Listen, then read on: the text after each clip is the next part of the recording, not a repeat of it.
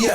Yes, sir. What's up, guys? Yes. This DJ will kick the floor in 3, 2, 1. Hello and welcome back to Mzansi. We're back again. It is that time, guys. Nganibingelele. Greet you. Dumelan. Bonjour. Comment ça va? Greetings to everyone, everywhere, wherever you are.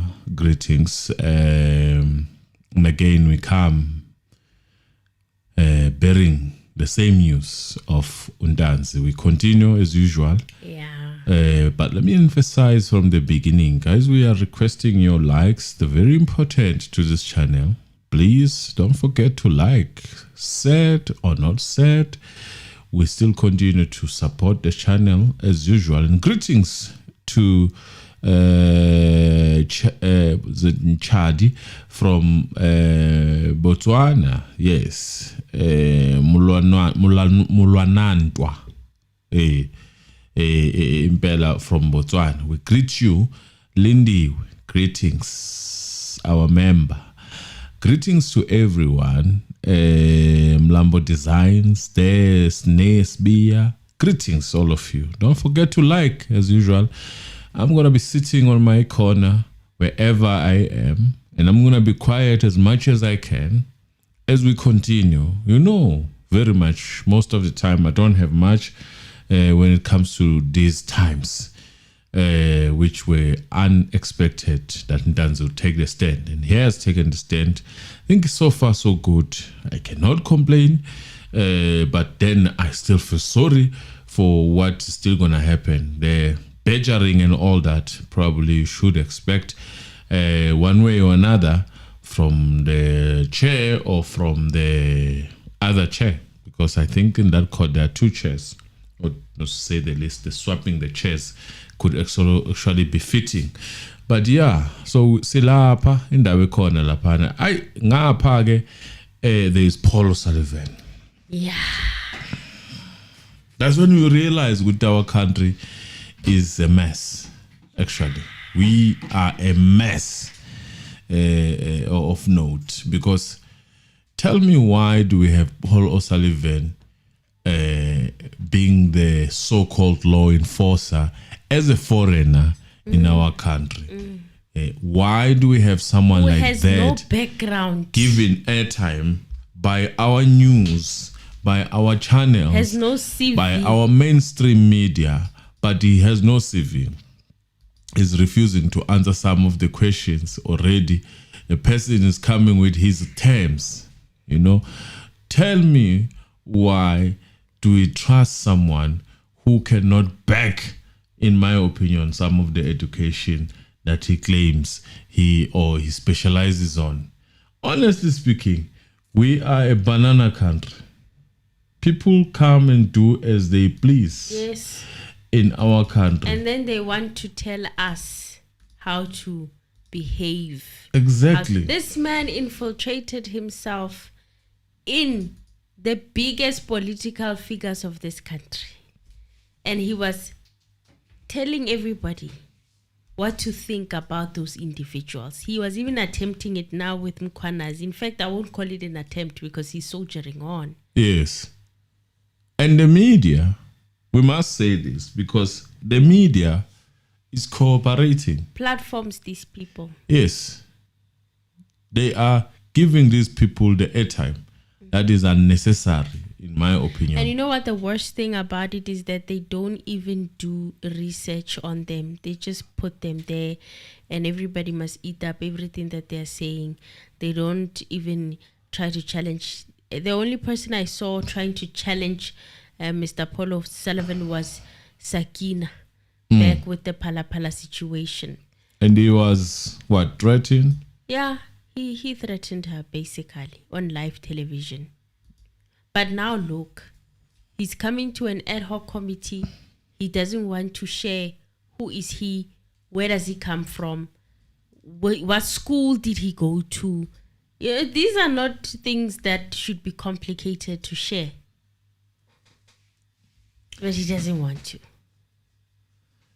We must only look at the so-called rogue elements that he keeps on saying, rogue elements. Everyone is an enemy of this guy, one way or another. Yes. Everyone is an enemy of this guy. But one thing, your CV, a simple mere CV, is something you are refusing with. I mean, where do you come from? Who are you? Who do you stand? What do you stand for? But one thing I must also say about me watching that, the silence from DA speaks volumes when this fella is being questioned. It speaks volumes. I mean, something that must be studied for many years, actually, to understand who's who in the zoo. Because honestly speaking, everyone is putting opinion. One way or another, some might be buying face, but at least they are putting opinion. When I looked at the faces of those people standing there for DA, they are quite disinterested, probably focusing on their phones and all that. These are people who claim to uphold the law in South Africa. People who claim that they are for good citizens. People who are currently now proposing building a wall that separates Cape Town from Khayelitsha. That's what you need to understand as a person who might be excited as to who you want to side with. You must actually observe these things. They are crucial because you get to see who stands with who and who's who in the zoo, who stands with what, stands for what. Because from where I stand, nothing binds Paul O'Sullivan with South Africans, in my opinion. Nothing. No. I don't see anything. No. You know, it seems to me he's doing what he's doing. For what reason, it's not clear. Or it's not something that He came as a tourist. Coming as a tourist. Now you are all within our issues, within very important. You are persecuting people. You are an investigator, forensic investigator. From a tourist. You probably didn't even have. How did that happen? And who allowed it to happen? And for what reason? I think it's not something that is hidden. Who allowed and how he was allowed. You can probably just follow up from the history that he has with certain people. It just amazes me, though, that we are a country where somebody who does not even tell us clearly which country he comes from can come and be part of the law enforcers in South Africa. That tells you that this constitution nonsense is not ours. It was never ours. And anybody who tells me this is the best constitution, he must go wipe his ass with that thing. Or chew it. We must start a new No, we need to start constitutional thing of South Africa. We must start afresh. We don't have, basically, in my opinion, we don't. Tell me that thing is good. Amen. Because now and then these elements, and it seems as if this year and last year, God has just been showing us the people that claim to have contributed in the so-called cost. They are heartless, most of them. One way or another. Some of them might be gloating in court, some of them might, but you realize. But it couldn't be that we allowed such people to write our own laws. And they are representing us. Someone who does not even feel confident about the constitution that he made. You know, people can make remarks such as, that's why our country is like this. You know.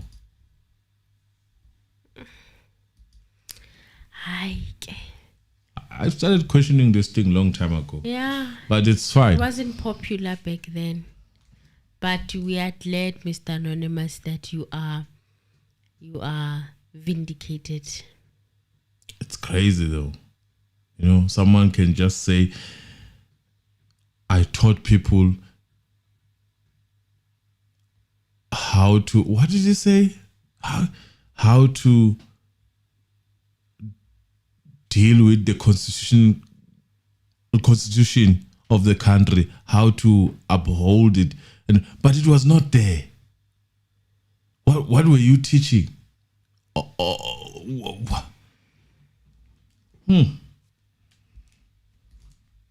You might as well say I wrote it. Just say I wrote it. I mean, just say I wrote it.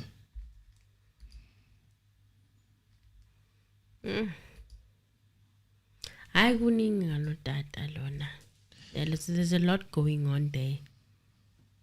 Too much. But at least you get to see what is happening in your country. Even though it's not much, but get to see what our country is actually, who actually owns our country. Because you cannot tell me that you infiltrate the law of the country and you do not have power. Once you do that, then you are in charge. You might as well start having the files like the other guy that has also files. We might as well start just creating files for, in the name of,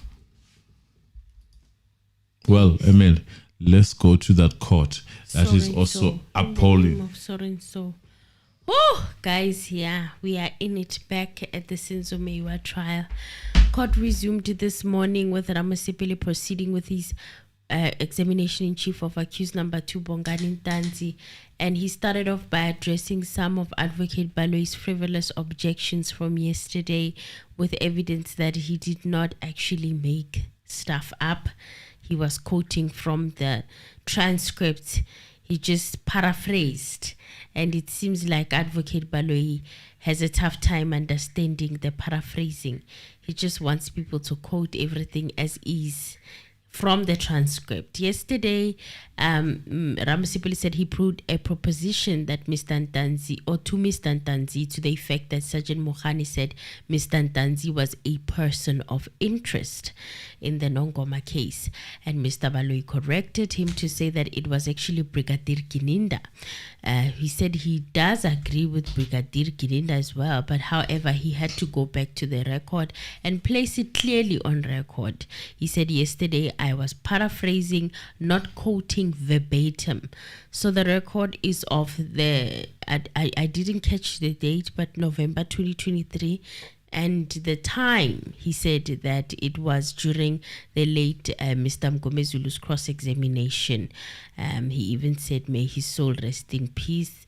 And he said, Mogane said that on our side, as far as Ntanzi is concerned, that case is not yet completed. Mogane said, I do not want to go deep into the explanation as to why I say it is not finished. Remember that Mogane is also the one who testified first before Brigadier Gininda. Brigadier Gininda testified after Mogane. Now, in a normal court case where things follow normal procedure, the lead investigator is actually the one who's put on the stand first and testifies first, and then everybody else comes and fills in the blanks or fills in whatever supportive evidence. You saw even with Mkwanazi there at the commission as well as the ad hoc committee how it was handled, because Mkwanazi is the one who led this whole thing. He was the first person to testify. However, in the Senzo Meyiwa trial, the people that are leading the investigation always somehow manage to testify last, and the supporting investigators or the team members are the ones who find themselves testifying first, which is the situation here with Mogane, as he had to now testify on the Nongoma case, and he even brought some confidential watu. At some point, they were accusing the accused of looking at that file. It was a lot going on during that time, and they said that they were looking at that confidential file, and they denied it and said they did not look at that. It was just a piece of paper there on the floor and they did not even touch it. A lot was going on. That's all I'm going to say. But what Ramosepele remembers is that the first person to speak about this Nongoma case at the court itself was Mogane, and Brigadier Gininda came later on. And he said to Mogane in his testimony that Gininda will come and elaborate on the matter. But they know that when Brigadier Gininda came, he went on a merry-go-round. He referred to Mogane to say that Mogane must be the one to explain. Mogane said it's Brigadier Gininda that must explain. But he said the record will speak for itself on that aspect. Ramosepele then continued with examination in chief, and he said yesterday you testified that en route to Carltonville you stopped at Cecil Garage, and he said I placed an incorrect preposition to say that Mogane said they stopped there because the car was experiencing mechanical problems. Now Ramosepele says he went back to the record to confirm, and it actually says it's Cecil Garage at the Protea Industrial Park at around 9:38, ignition off, and Mogane said that he was checking his tires around that time. He did not say that it was a mechanical failure. He said he was checking his tires when he stopped at the garage. And Ramosepele then said in that boardroom, were you asked if he knew certain persons? And Ntanzi said yes, he was asked. And then he said he was also asked by Gininda about the pictures that he was being shown. And Gininda was asking him, who is this, who is that? And he said that he didn't know them. Then Ramosepele said, were you asked if you knew specific people? And Ntanzi said yes, he ended up calling their names actually, or calling them by name. Ramosepele then said, and do you recall some of the names or all of the names that were mentioned to you? And Ntanzi said yes, I remember some of the names. He first asked me about Sbia, then I said yes, I know Sbia. And then Ramosepele then said, did he specifically say Sbia or Muzi Sbia? Then he asked you. Ntanzi said he first called the surname, then the name, because he said that he knows a lot of people who have the Sibia surname from his Ugida Ingoma traditional dance group. There's a lot of people who have the surname Yawasbia. And Ramosepele then said, did he say Carlos with an R, or Carlos? And Ntanzi said that he won't be able to pronounce it the same because he has his own way of pronouncing the name.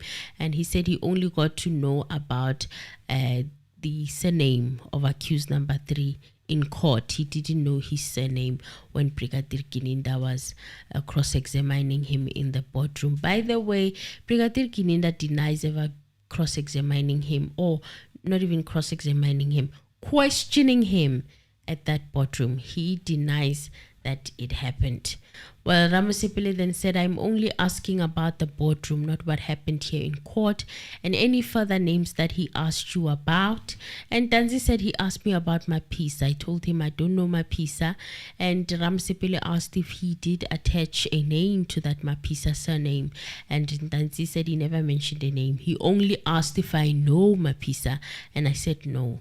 And then Ramosepele said, any other name that you mentioned that you can recall, and Ntanzi said he was asked about Nkani, who's accused number 5, and he mentioned Nkani's name, and Ntanzi said he said no, he doesn't know him. And then Ramosepele said, for completeness sake, did he mention the surname that he attached to that Nkani name that he gave you?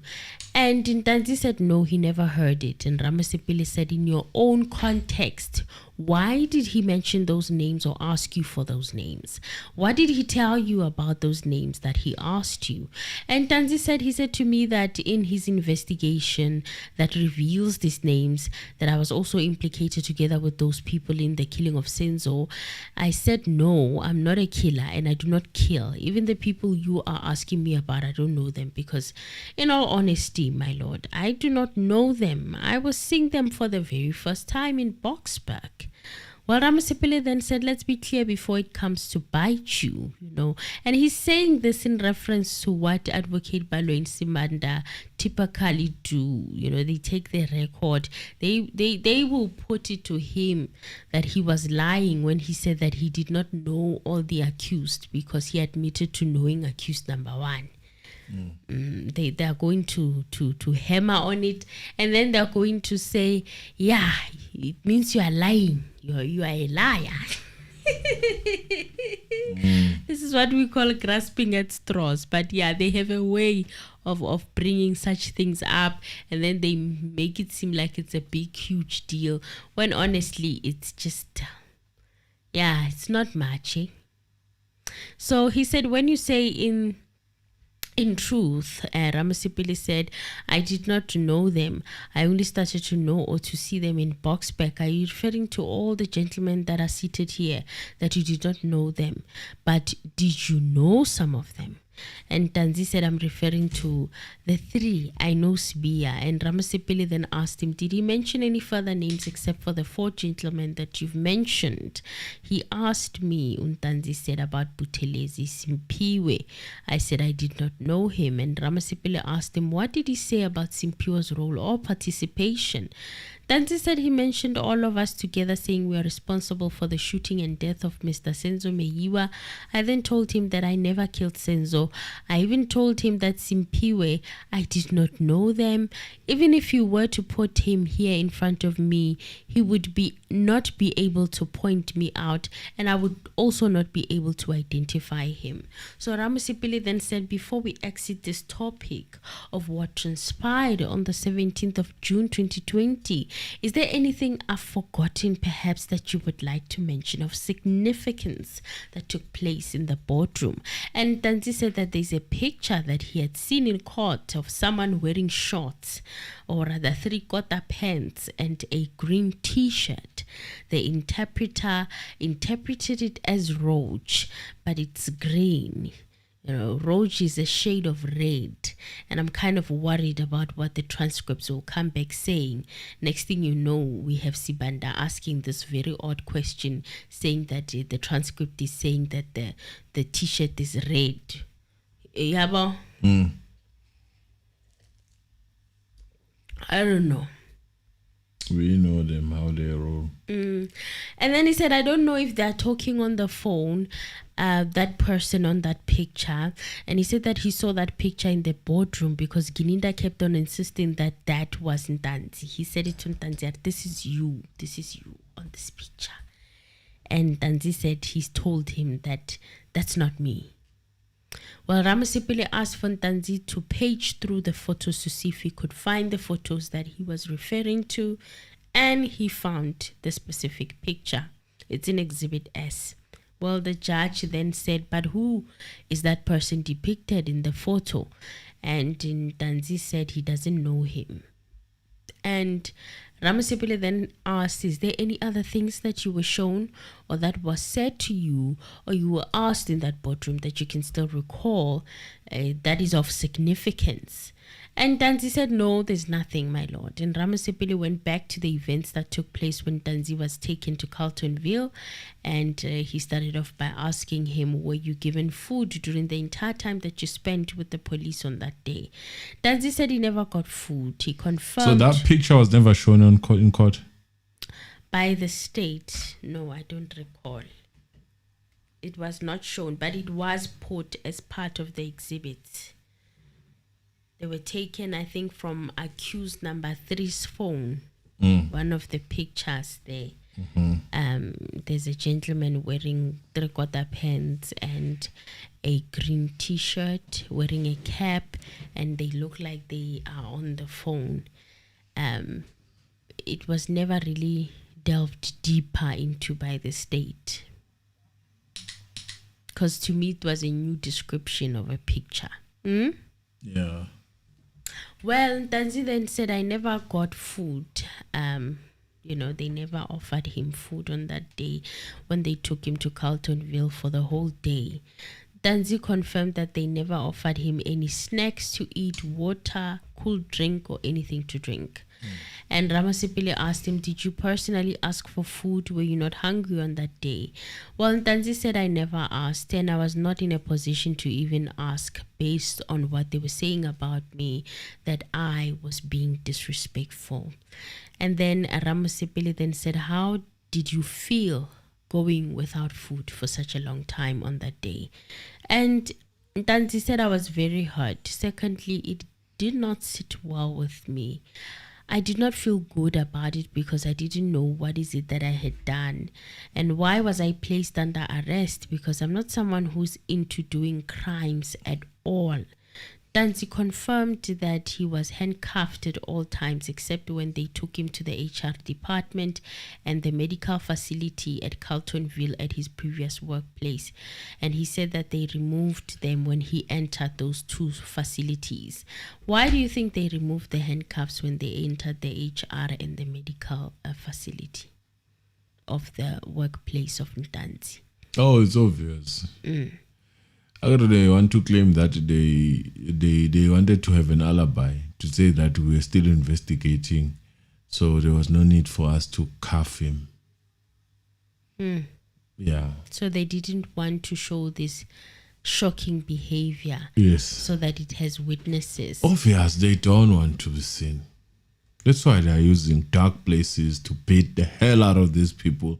They don't want to be seen. That's why they go to where trash stays, or where trash is kept. They don't want to be seen. That's why they're doing it in places where nobody sees them. Nobody sees them. Well, Ramosepele then said, do you recall after Carltonville, where were you taken? And Ntanzi said the car took him to Johannesburg route because he just saw the car entering one of the places. It's a route that they normally take when they go back home. There's a factory on the other side and a garage on the other side. So he knows that specific road when he got out of Carltonville, that's the route he'd usually use when he was heading back home to visit.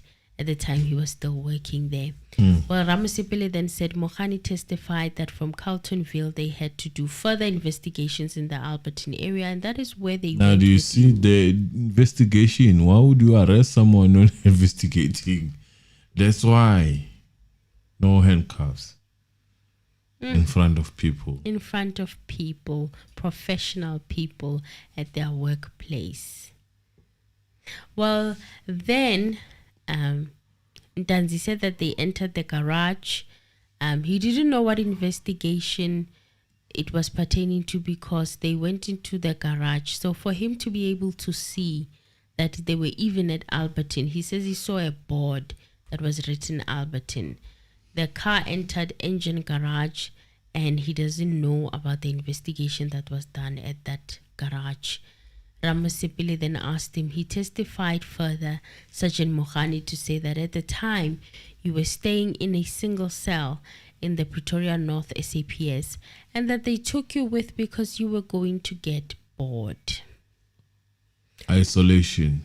Ntanzi said that's not true. Isolation. And it is not clear for this judge that no sane person who's investigating a criminal can just literally take a criminal out just because they're going to get bored. Right. They were taking him with him because they wanted to beat the hell out of him. They wanted to torture him. They wanted to scare him some more. Yes, they did. That's why you took him. I think the style of questioning of the defense Needs to emphasize such. they needed to emphasize that. Find a way of emphasizing this. Of course, Mogane, you must took be him. highlighted. Of course, you took him, course, Mogane. yes. Of course, you took him because, wow, you cannot do it in where he was kept. You can't. You know, you cannot afford to have people seeing you doing those things. You had to take him and claim that Did you write on that OB entry that you were taking this so-called criminal who killed our beloved Senzo? Did you write that you were taking him out because you thought he was going to be bought? Can you show me on these OB entries? You know, this, whenever I think about it, because even later on I heard him making reference to his bloody t-shirt. His nose was bleeding. And he said that he had hung that t-shirt and had put it in a plastic bag in his cell. And then one specific day when he went to his cell, he didn't find that plastic bag with the t-shirt inside of it. And he knew that Mabena is the one who took that t-shirt. So that t-shirt could have been presented in court as evidence of some kind. And this brings me back to Rodolphe Kretschmer's case and the OB entry.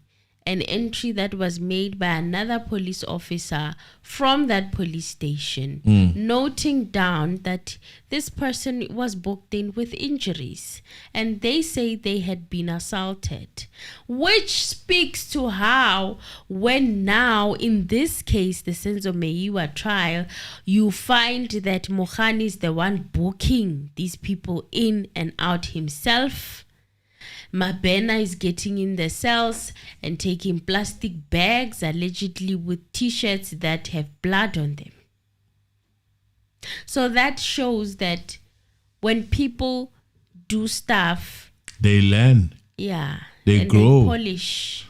They do even a better crime than the one that was done on O'Sullivan. That almost made them not to get in. They get better and better. That's what is happening. They get better and better in it. They do get better with it. Where in your lifetime have you ever heard a police saying, I took a criminal that was in custody because we thought he's going to be bored? Were you guys friends with this person? Were you entertaining him? Oh, we're investigating, you are entertained. So, if this case goes in the worst way that we are all thinking it's gonna go, can you imagine from now moving forward what more stuff will be they will polished get and even covered up? better in terms of the cover-up, because that's a problem. The more you give them a chance, they get better and better and better. In my opinion, they don't deserve a chance in our SAPS. They don't. No, they don't. These people, all these people that have been mentioned here, in my opinion, they don't deserve a chance. Like arresting a person, you don't even have any shred of evidence against them. You are not even charging them. You wait until October to charge them. What the hell is this? Sure, it's like a horror movie. It's even worse than a horror movie because a horror movie ends. It's been 6 years. 6 years of Ntanzi getting arrested. No bail. Nothing. And no one cares. No one cares. You know why? Why? Because they got no money, these people. You look at the judgment that was made by the Dwaba on Paul O'Sullivan. Yeah, before you arrest him, you needed to let him know. 48 hours. 48 hours. What kind of nonsense is that? 48 hours before getting arrested. What kind of nonsense in this world is that? What the hell? It's a judgment. It's a bench. Respect the judge. How do you respect that? And these ones, because, they are just poor, coming from Mashabatini, from Rondoveld. You can just go there and make a mistake thinking you're arresting Buteles and change your mind to arrest this one. Very, there's nothing. No one's going to fight for them. Can even go back and check their homes. Their fathers, they're just crying. That's all they can do because they know that they have to respect police. That's it. You do as you please. Well, Ramosepele then asked him, did you ask Sergeant Mabena and Mogane to take you with because you were bored? Ntanzi said he never said that. Ramosepele then said, did you have a choice as to where you were taken by Sergeant Mabena and Mogane? And Ntanzi said, no, he did not. And Ramosepele asked him, were you given a choice to be taken back to the Pretoria North holding cells or to go with the police to Alberton? Ntanzi said, there's nothing I said. They were doing whatever they wanted to do. And Ramosepele then asked him, did the police officers Mabena and Mogane explain to you why you were taken to Alberton? And Ntanzi said no, they never told him. And he said that when they were traveling in the car, Mabena was talking on the phone. He kept saying that Buthelezi will find them at the garage, and did not know at the time. He did not know which Buthelezi he was referring to.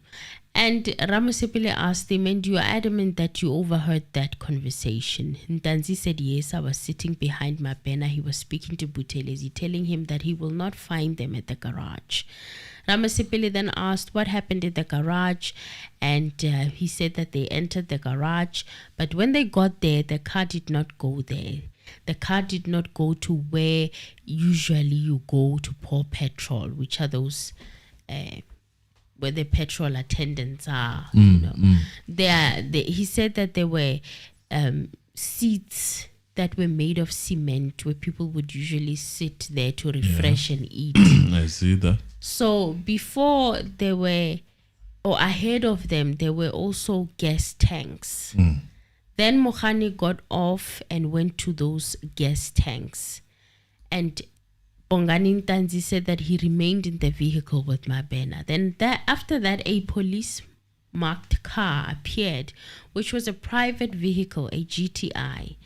And he said at the time it was dark. So sunset was early in winter. Yeah. And he said that the GTI entered and faced the Fortuner. And then when he looked behind, there was a white hard-body Nissan.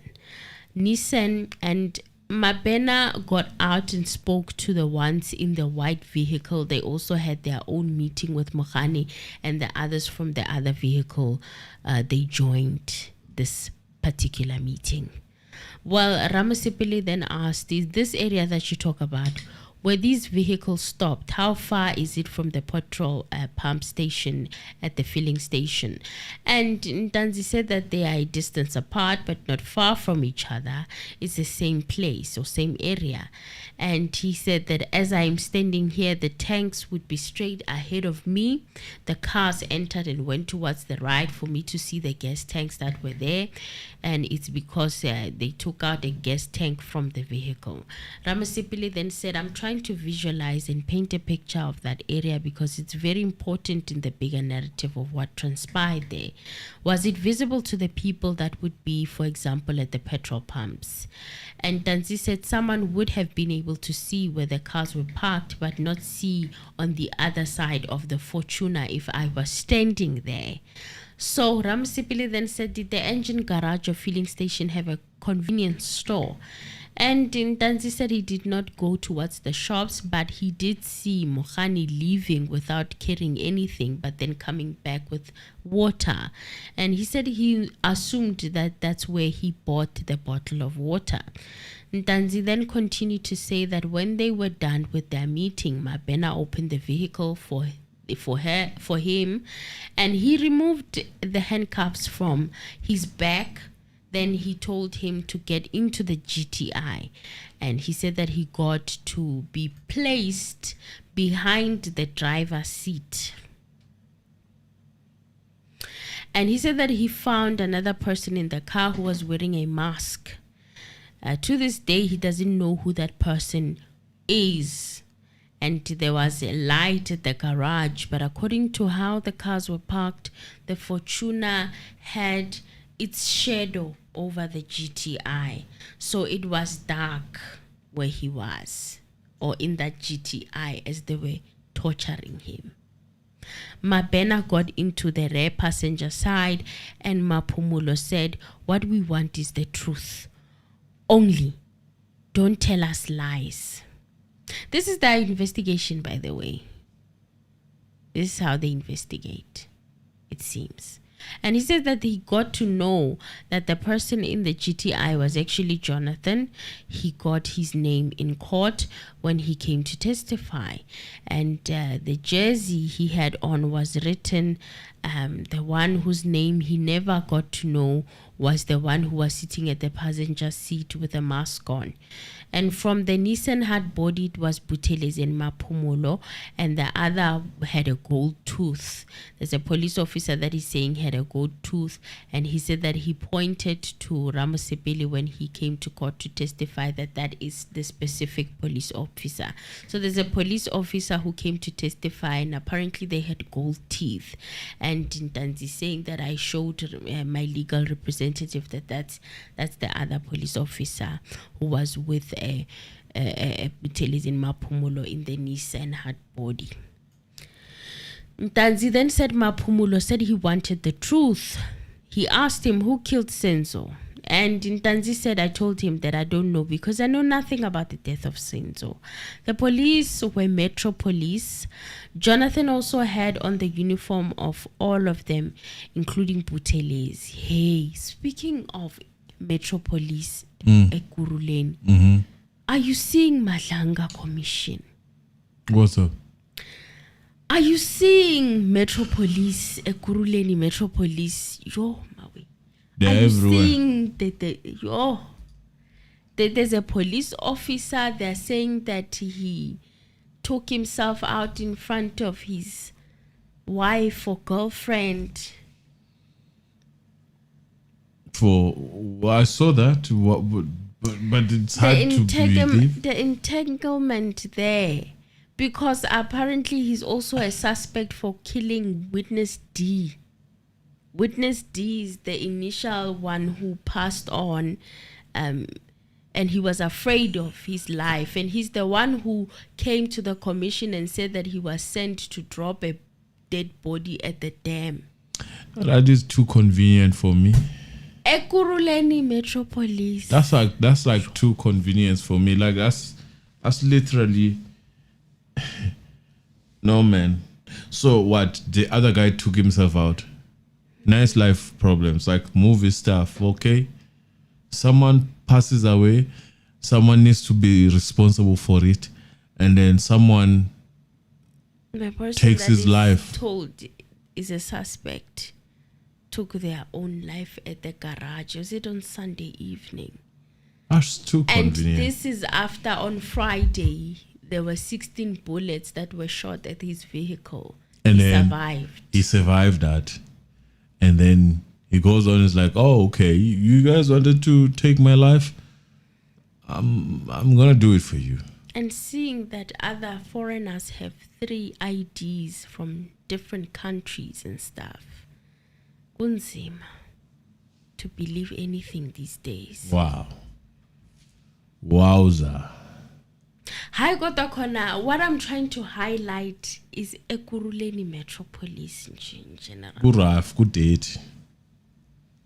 So if the judge wants to make them saints, it's fine. Sizothini. They are saints, man. What can we say? Until we hear about them. Omadlang. There's a lot going on at the Ekurhuleni Metro. There was even this other female witness who was crying, saying the treatment that she was getting bullied, she was getting death threats, she was, hey, but working for Ekurhuleni Metro Police. Rife. Rife. Johannesburg, yona I ina le bothata ba yona. It has its own issues, but hey, Johannesburg. Ekurhuleni Metro Police. The things that are coming to the public and to hi. Ayona Johannesburg yona vele iwest shame. Mina bengithi laba abafuna ukuthatha eCape abathatha iJohannesburg. Mhlasimpe you can do something about it. Usho kanje. Ayona iwest shame. Ane yona vele ifihlakele ayiveli emaphephandaba. Nothing is heard We about started it. hearing cold case team ka Johannesburg. Was we it not a started- Kurlane? EMPD. No, I'm saying, Cold case. yeah, Okay. Gauteng as a whole, a mess. Hey. So he said that the police were Metro Police. Jonathan also had on a uniform, all of them, including Buthelezi, the khaki pants, and they had on khaki pants. Buthelezi was also wearing a jacket, and he could not remember the kind of boots that they were wearing. Ramosepele reminded Tanzi that at the time there was a pandemic. There were not many cars at the garage. Mabena, he said, and Tanzi said, Mabena said, don't you want to tell them the truth? And then Tanzi said he did not know anything. He did not even know the area that they were talking about in Johannesburg. He's not familiar with Gauteng. He then saw him with a Truworths plastic bag. Mabena now had a plastic bag, yeah, Truworths now. And Tanzi said that he was with Mabena. Mabena was an SAPS member, right? And Buthelezi was standing by the door.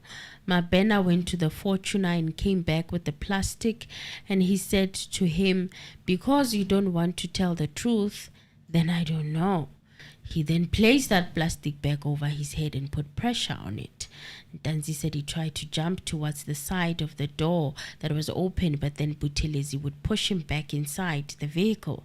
After some time, he then removed the plastic and he said to him, you still don't want to tell the truth.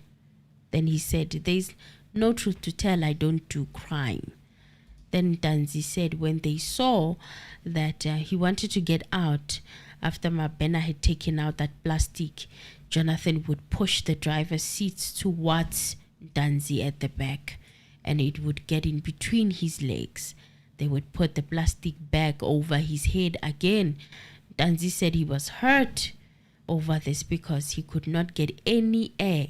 He does not know who assaulted him because his head was covered with the plastic. So he said while his head was being covered with the plastic, there was someone who was beating him. Then Ramosepele said he could see that he was getting emotional and asked that they go for an adjournment in order for him to compose himself. Tanzi said that he was not getting any air after the short adjournment. He said he could not measure how long the plastic would be placed over his head. Mabena would place the plastic and put pressure on the neck, as if he was strangling him. So he would put it over like this, I'm assuming, and then the pressure would be put over his neck. Then Tanzi said that the first time he put it over, it was not for a long time because he was not pressed with the car seat. When they pressed him with the car seat, that is when it started to take long, because they would tell him that when you don't want to tell the truth. They literally wanted him to confess to a crime that he didn't commit, according to him. So he said the plastic was silver, but it was written true words in white. The words were written in white, true words. And he said that the plastic was not clear and he could not see. He estimated that the plastic bag, by the show of hand, he said it could fit like a t-shirt. And then Baloyi estimated it to be 2 rulers, which could be around 60 centimeters. Well, Ramosepele took that a measurement, approximate measurement.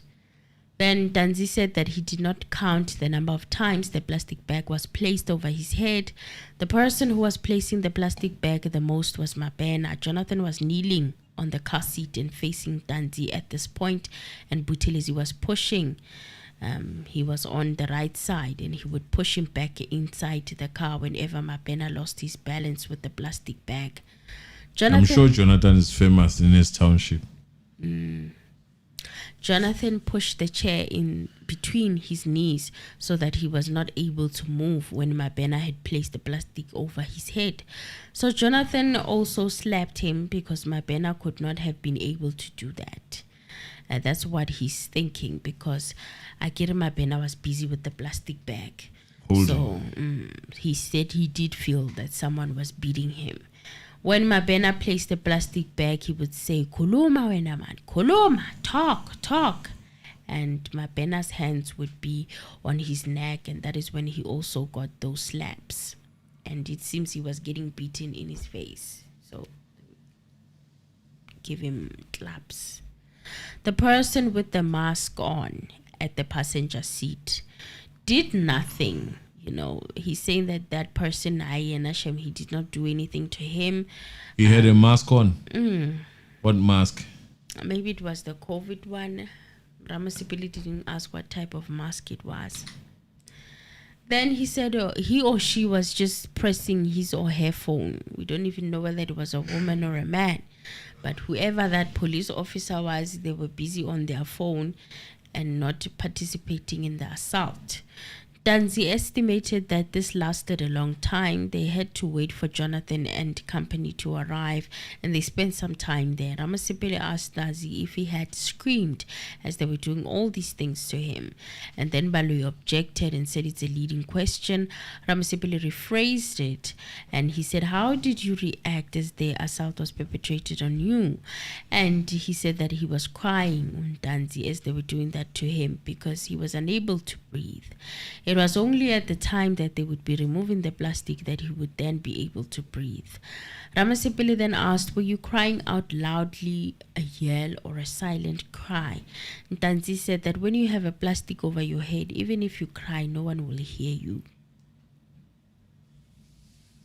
So Ramosepele then said, after those events, did they stop assaulting you? And Tanzi said, what happened is that they went out of the vehicle whilst I was still seated at the vehicle driven by Jonathan, and they were talking on the outside. Thereafter, Jonathan got into the vehicle. He then moved the seat to the front. Then Mabena instructed me to get out and cuffed my hands at the front. That is when they took me back to the same vehicle that I was traveling in, the Toyota Fortuner. Ramosepele then asked, what was your physical condition after you were being assaulted in the GTI? Well, Ntanzi said I was not well in my spirit. When you have a plastic placed over your head, even your head pounds. Uti ikanda liyashaya. Mr. Anonymous, I'm going to need a proper explanation of this. What does it mean? He has a headache or that his head was pounding? What does it mean? Yashai. And what is headache, Buffett? What is headache? Yeah, Boza, because advocate. How do you feel when you have headache?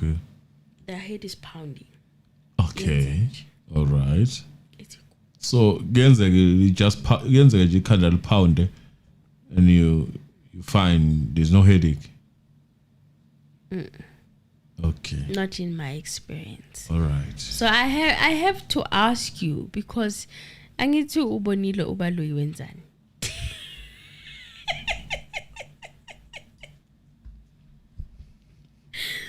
So he said, oh, sorry, guys.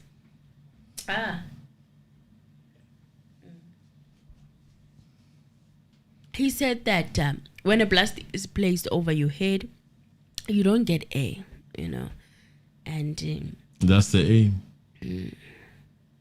And I also felt like, you know what, Ntanzi, be direct. You had a headache. You could not breathe.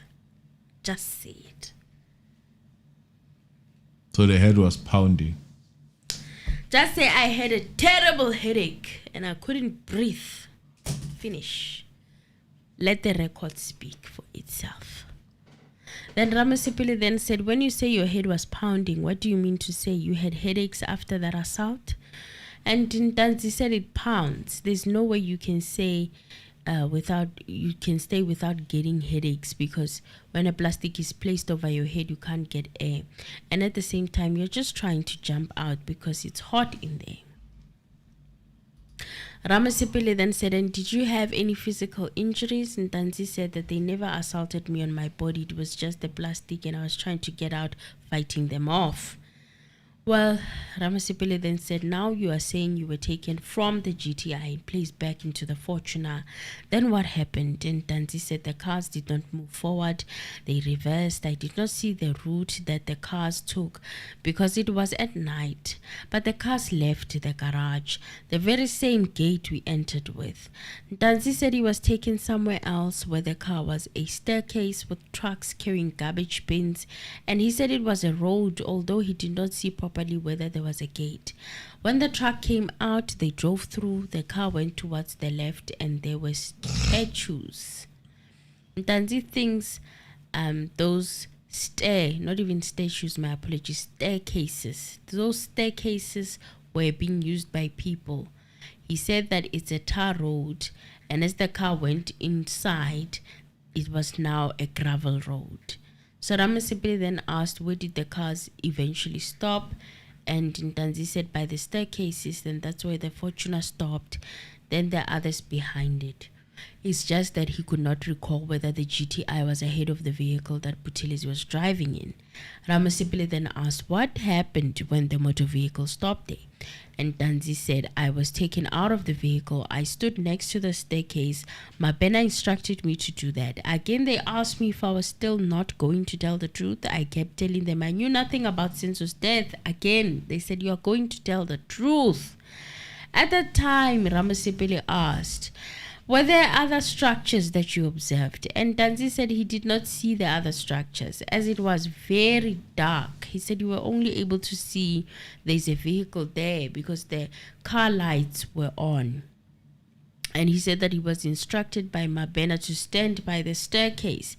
He then removed the cuffs and tied him to the iron rods of the staircase. Mabena was standing right in front of him, and he said that was I still not going to tell the truth? That's what Mabena asked him. And Ntanzi said, I kept telling him that I know nothing about the death of Senzo. And that's when Jonathan jumped in. Now, he says that he doesn't know from where, then a plastic was placed over his head again. And Ramosepele then said, were those stairs attached to any structure? Ntanzi said that area there was a pipe that one was able to see. Then there is this staircase that one uses to get inside. Then Ramosepele said, what material was the staircase made of? And Ntanzi said it was steel. And he said that's when the water was poured on him. And a particular device that looked like a torch that they were using to torture him. That's when they were torturing him with that particular device. So I'm going to assume that it's a taser. Or I'm going to say it's a taser by the sound of things. Well, Ntanzi said that that place was an open felt because they left the house behind them. The houses were behind them. It was quite a distance away from the communal houses. Mm-hmm. He even said because even at the time when he was pouring water on him, there was a time where he removed the jacket because the jacket that he was wearing was not letting the water go through. And he said it was an Impala company jacket, or the jacket that he got from his workplace. Mabena was the one pouring water on him, and the container was a 1 liter or 2 liter bottle, a scoop. Ntanzi said that the water was poured over him so they could use the torch, the device. Let's not call it a torch. It's a device, but I think it's a taser, so that it could get through to him. Ntanzi said he would not be able to identify, as the only thing that he would be able to identify around that area would be the garage, because, at least there was some source of light there. So where they took him to torture him with the taser, it sounds like it was completely dark. And considering that it was winter, then it was extremely dark. They faced the lights at a particular direction that they wanted to face. And according to Ntanzi, the direction that the lights were headed, the lights of the car were headed, there was no structure. Yeah, well. Ntanzi then said that Jonathan interchanged with Mabena to suffocate him with the plastic. And Buthelezi kept saying to him, tell the truth, tell the truth. You know, what truth? What did they have against him as evidence? What truth were they talking about? He said that they tried to explain the taser, and he said that he had seen it in one of the police officers that usually transports him from court to Koshimamburu. And he said that the specific officer's name is Mulaudzi, and he said that he even has that taser in his vehicle. So Ramosepele said he would want to see that torch, but then the judge said that he must be careful about that evidence. Ramosepele said it's not evidence, and then the judge said that the state also has a right to see it. Ramosepele then said if they want to, they can. And then the judge said, that's why I say you must be careful, as long as you understand that there's nothing wrong. If the taser is there, what is wrong with seeing it and the state seeing it? Is there anything wrong?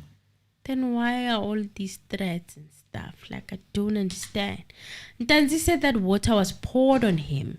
And he says that they stopped using the plastic and now they were using this particular device, which we're going to refer to it as a taser. Ramosepele then said, what did that taser do? What did that device do? And Tanzi said that it did something in my intestines. It's like it was using a needle inside you. You wouldn't be able to stand straight. You bent down after it had been tased. You choked with it. What Ramosepele said was the device used to stab you. Baloyi objected at this point, and he said earlier on, the witness said his head was pumping. And, you know, he said, you are saying now, the learned counsel said that you are having headaches. But now counsel is saying it's as if someone was using a needle. That is not what the witness is saying. Ramosepele then asked, does it say someone was using, did I say someone was using a needle? Did I? And Baloyi said, that is what we heard.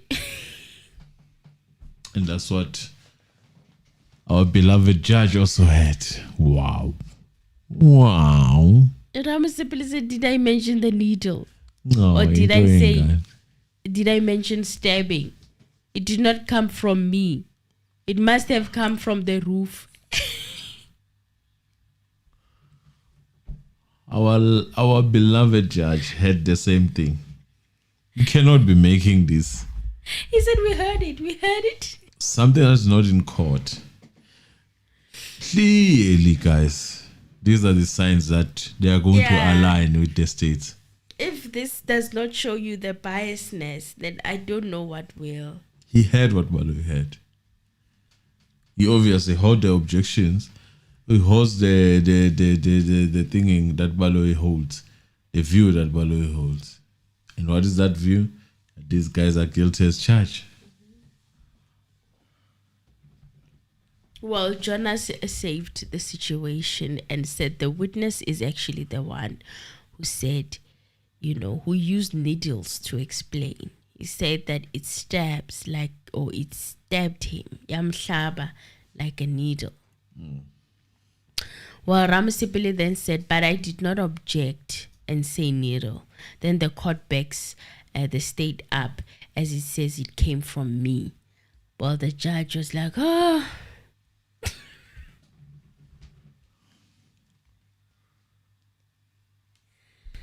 Yo, guys, this is defeating. I'm tired. I'm tired of this behavior. Ntanzi said that he did not count the number of times that he was tased, but this led to his nose bleeding. Hence, he never revived his T-shirt up until today. The yellow Fabiano, is it Fabiani? Fabiani t-shirt, and he said that it had some blood spilled on it. Ntanzi said that that particular t-shirt actually went missing at Valeria police station. He said he even told Miss Mogola that he wanted his clothes back from Mabena. Then Mabena said he does not know where they are. That is before Mabena passed away. Then Tanzi said he kept them in a plastic. He said that the handcuffs also hurt him as well. He also said he has scars remaining. He said he did not have those marks prior to getting arrested in 2020. He says at work he even puts gloves that go up to here. Remember, he's a mine worker.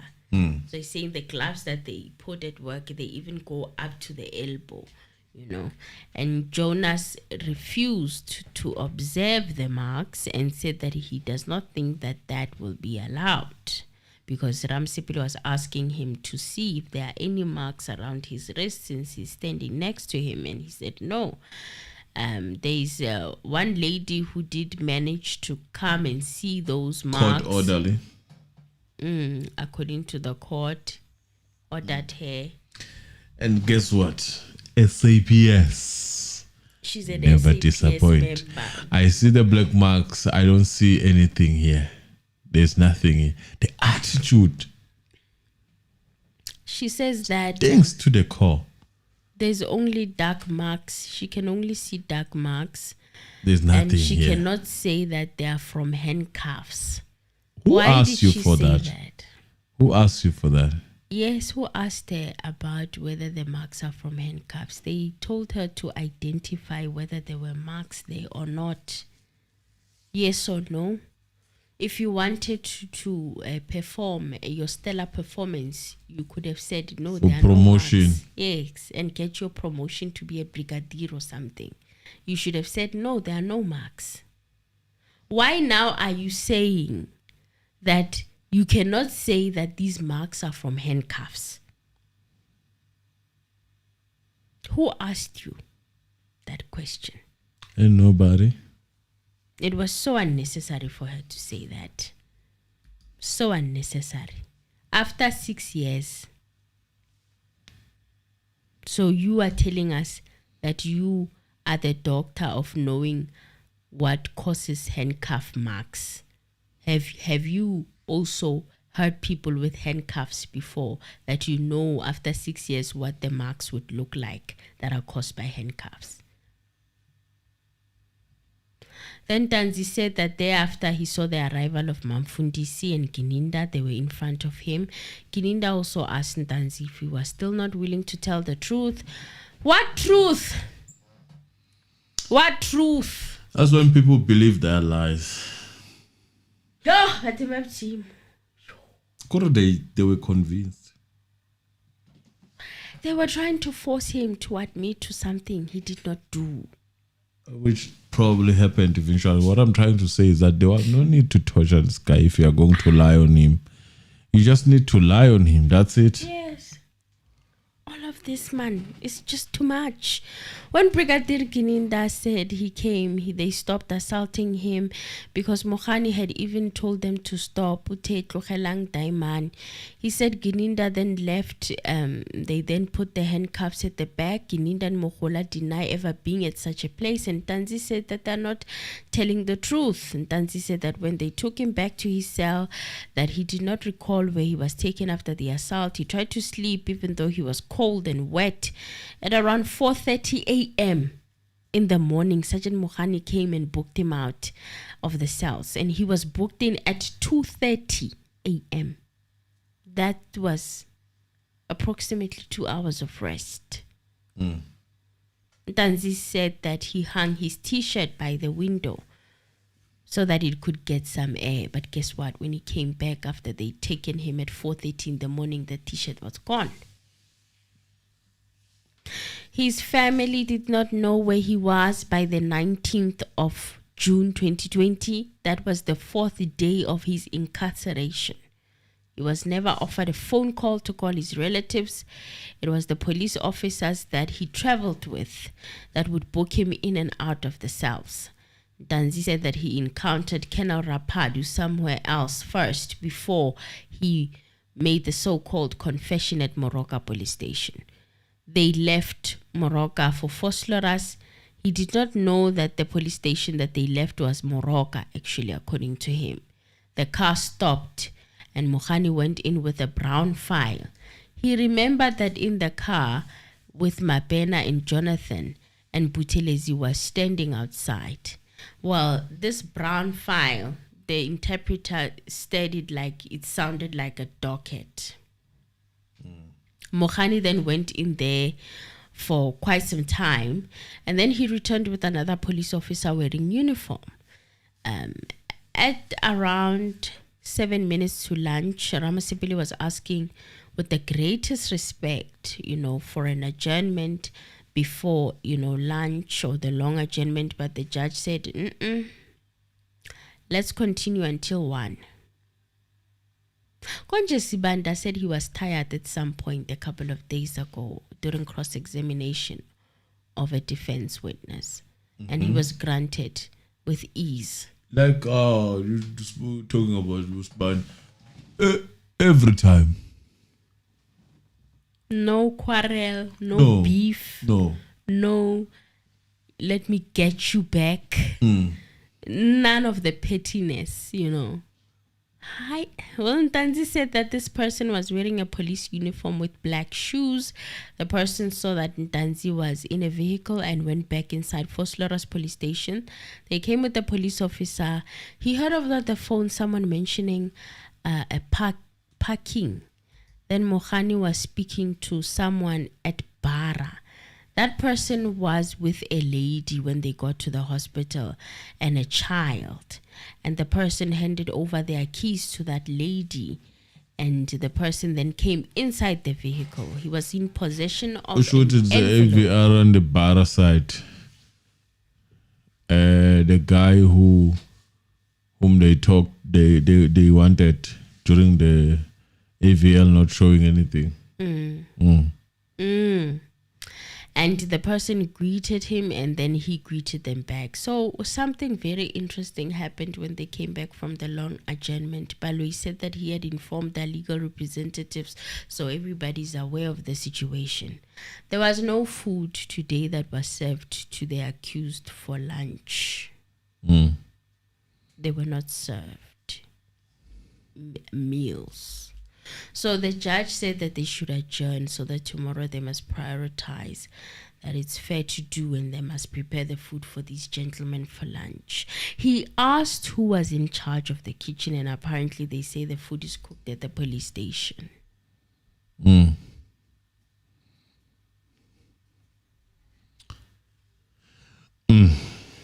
The judge said that Section 10 of the Constitution says that he can allow personal hygienic nutrition. Then he ordered an adjournment. Nxumalo said that he took instructions from accused 4 and 5 and they were willing to proceed.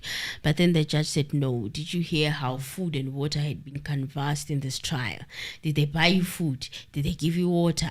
Have you heard the evidence here? Do you remember the evidence, Mr. Baloyi? And Baloyi said it's precisely the reason we place it on record. It's a human rights issue. And then the judge said, yeah, that's it. Last time, there was a witness who traveled 16 hours to and from Joburg to Cape Town Park. Who traveled 16 hours to Joburg, from Joburg to Cape Town Park? Come on now. And then he said that the person had no food, no water, nothing. So the court is aware of that type of evidence here, and we shall adjourn so that the state can be coerced to grant the gentleman before here food. Because meaning that they may not even be given food for supper.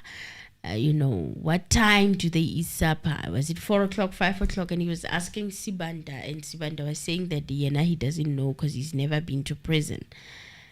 And then Baloyi then said he thought it should be around 3 or 4. So they have supper at around 3 or 4. And the judge said, is that okay? We adjourn. Then Mnisi said that he has not had the opportunity to take instructions from his clients. But if the court says then it's proper to adjourn, then It's fine. Well, the judge said, let's adjourn because of the lack of persons who are in custody being denied their rights to nutrition.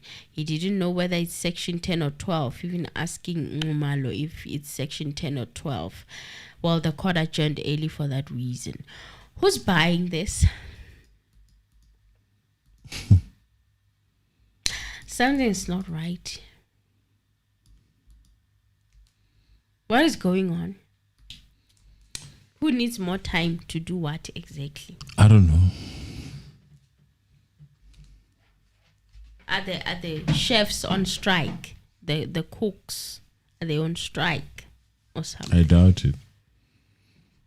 They don't have that luxury. Or did luxury. they want to listen to Paul O'Sullivan? I assess. It was so weird. Very weird. Very weird. Guys, let's press the like button now. 200 J. How guys?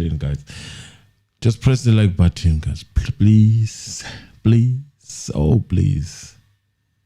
No, for no ubuthongo obufikile and ngisazophuma ngigijime ngendlini. Thank you very much, guys. Until tomorrow. Kusasa, it's a date again. Until today, in fact. Nokho. Siyabonga. I need rest today. Very much so. I didn't sleep yesterday. You didn't. Eish. No. Nokho bafethu, we appreciate you. Mamfuneka. Thank you very much, and everyone else that was here. Siyabonga, sibongile.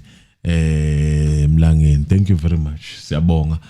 To everyone, Zozo Mahlangu, siyabonga. Hlanjiwe Sibanda, thank you. Siyabonga. Press that like button, subscribe if you're not subscribed. Pink Love, thank you. Osep Nzonzi, thank you. Osep. Amukelani, thank you very much. Pedro, thank you. Msawenkosi, thank you very much. Siyabonga bafowethu, sanibonga nje nonke. Michael Maduna, thank you. Hlawulekani Mafumo, thank you. Snesbia, thank you. Maria Gambi, thank you. Our members. Mamzita membership, thank you. Mohamedi, thank you. Siyabonga nje. Okay, I've mentioned some of you guys initially. Mlambo Design, Danganeni, Sibongiseni Msomi, Ndumiso, Masengemi, Unjomane 18, kube yeah, Sibanda, I've mentioned Ntobeko, Nxazonke, thank you. Libukarive. I hope I'm correct somewhere. Greetings, thank you. Siyabonga kakhulu. Yeah, kubanzima kakhulu ukufunda lamagama yazi ngwenya. Linda Mkhwebane, thank you. Petros Nhlapo, thank you. Propofol, thank you. Patience, Sile Ndebele, thank you. Super knowledge sharing, sorry, thank you. And Danzinleya, thank you. Hey, bafethu, sibonga kakhulu kini nonke nje. Tembelani Kanye, hello and thank you for being with us. Let's see if there's ushayelo 200 likes. Cool. Sibonga bafowethu, keep on doing what you're doing. Thank you very much. It's a bye from me.